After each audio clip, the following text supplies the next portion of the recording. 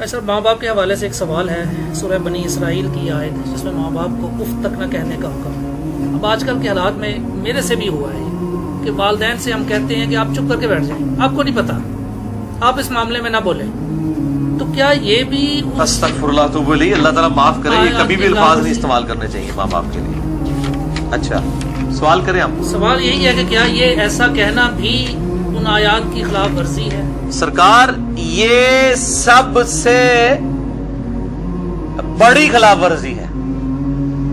یعنی باقی تو اس سے چھوٹی ہیں جو منع کی گئی ہیں۔ قرآن جو منع کر رہا ہے، یہ 10 کمانڈمنٹس میں میرا مسئلہ نمبر 77 ریکارڈڈ ہے،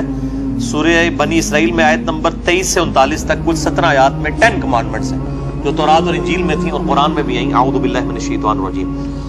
وَقَضَىٰ رَبُّكَ أَلَّا تَعْبُدُوا إِلَّا إِيَّهُ، اور تمہارے رب نے یہ بات طے کر دی تھی کہ مت پوجنا کسی کو سوائے اس کے۔ پہلی کمانڈ تھی توحید، دوسری وَبِالْوَالِدَيْنِ إِحْسَانًا، اور ماں باپ کے ساتھ احسان کرنا۔ قرآن حکیم میں کم از کم 4 مقامات پہ توحید کے فوراً بعد اللہ تعالیٰ نے ماں باپ کا ذکر کیا، اور اس کا ذروہ سنام ایپیکس یہ ہے سورہ بنی اسرائیل، اس سے زیادہ کہیں نہیں ڈیٹیل آئی ہے اور نہ سینسٹیویٹی کا لیول۔ اما یبلغن عندک الکبر، اگر وہ پہنچ جائیں تمہاری موجودگی میں بڑھاپے کی حالت کو، احدہما او کلاہما، چاہے دونوں میں سے ایک چاہے دونوں۔ وہ صحیح مسلم میں حدیث ہے، آپ صلی اللہ علیہ وآلہ وسلم نے فرمایا کہ برباد ہو جائے وہ شخص جس کو ماں باپ دونوں یا دونوں میں سے کوئی ایک بڑھاپے کی حالت میں ملے اور ان کی خدمت کر کے جنت نہ کما سکے۔ یہ صحیح مسلم میں، مسلم میں تو اتنی ہی ہے، لیکن ترمذی کے اندر اور مستدرک للحاکم میں وہ بڑی ڈیٹیل حدیث ہے کہ آپ صلی اللہ علیہ وآلہ وسلم 3 سیڑھیاں چڑھے، پہلی سیڑھی پہ فرمایا آمین، پھر دوسری پہ آمین، پھر تیسری پہ آمین۔ پوچھا گیا تو آپ فرمایا کہ جبرائیل علیہ السلام آئے تھے، انہوں نے کہا کہ آپ اللہ کے رسول صلی اللہ علیہ وآلہ وسلم میری دعا پہ آمین کہیں کہ برباد ہو جائے وہ شخص جس کے سامنے آپ کا ذکر ہو اور وہ آپ پر درود شریف نہ پڑھے، اللہم صلی علی محمد وعلی آل محمد، تو میں نے کہا آمین۔ پھر انہوں نے کہا کہ برباد ہو جائے وہ شخص کہ جس کو ماں باپ یا دونوں یا دونوں میں سے ایک کو بڑھاپے کی حالت ملے، ان کی خدمت کر کے وہ جنت تک کما سکے، میں نے کہا آمین۔ اور تیسرا، برباد ہو جائے وہ شخص جس کو رمضان کا مہینہ ملے اور وہ اپنی مغفرت نہ کروا سکے، آپ نے فرمایا آمین۔ مختلف طریق میں یہ ترتیب ڈیفرنٹ ہے، بہرحال یہ تینوں باتیں۔ اور مسلم شریف میں اتنے الفاظ ہیں، وہ صحیح مسلم میں کہ برباد ہو جائے وہ شخص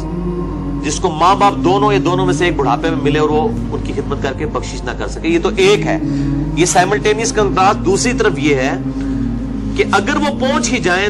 تمہارے سامنے دونوں یا دونوں میں سے ایک بڑھاپے کی حالت میں، فلا تقل لہما اف،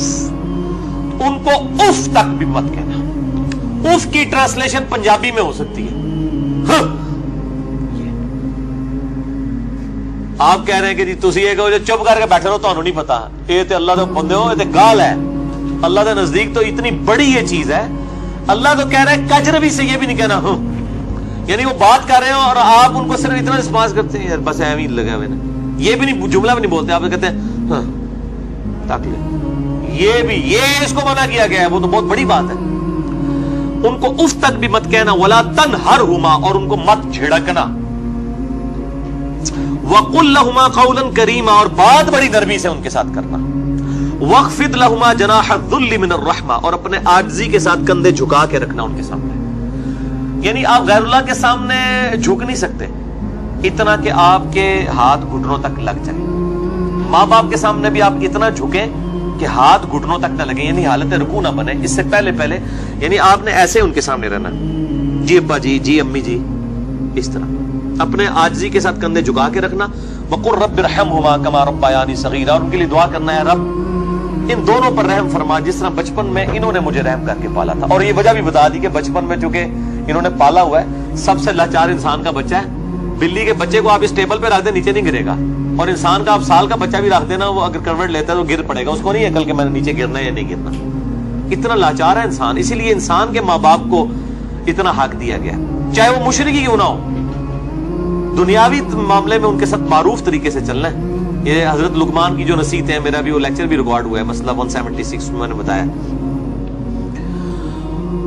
ربکم اعلم بما فی نفوسکم، یہ آپ کی بات کا جواب ہے، تمہارا رب خوب جانتا ہے جو تمہارے جی میں ہے۔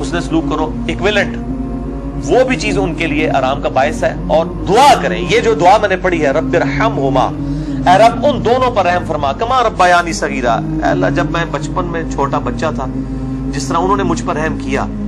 تو بھی ان پر رحم فرما. یہ آپ تشہد میں دعا لازم کریں, ہم تو مانگتے ہیں چاہے ماں باپ زندہ ہیں مر چکے ہیں, دونوں صورتوں میں ماں باپ کے لیے دعا کرنی ہے. ہم لوگ سمجھتے ہیں بندہ مر جائے ادھر سے دعا کرنی ہے, اور بھائی زندہ ہے جڑا یہ مر گیا ہے, دونوں صورتوں میں دعا تو کرنی ہے. دعا کی ضرورت تو زندوں کو زیادہ ہے, اس لیے کہ مرنے والے تو چلے مر گیا, زندے بندے جو ہے وہ اس کے پاس تو چانس ہے کہ وہ اللہ کی طرف لوٹ آئے اور وہ گمراہی کا راستہ چھوڑ کے اچھائی کا راستہ, اور اگر اچھائی کے راستے پہ تو استقامت اختیار کریں تو دعا کرنی چاہیے. اور یہ دعا ضرور کرنی چاہیے, اللہم اہدنا الصراط المستقیم صراط الذین انعمت علیہم غیر المغضوب علیہم ولا الضالین, آمین.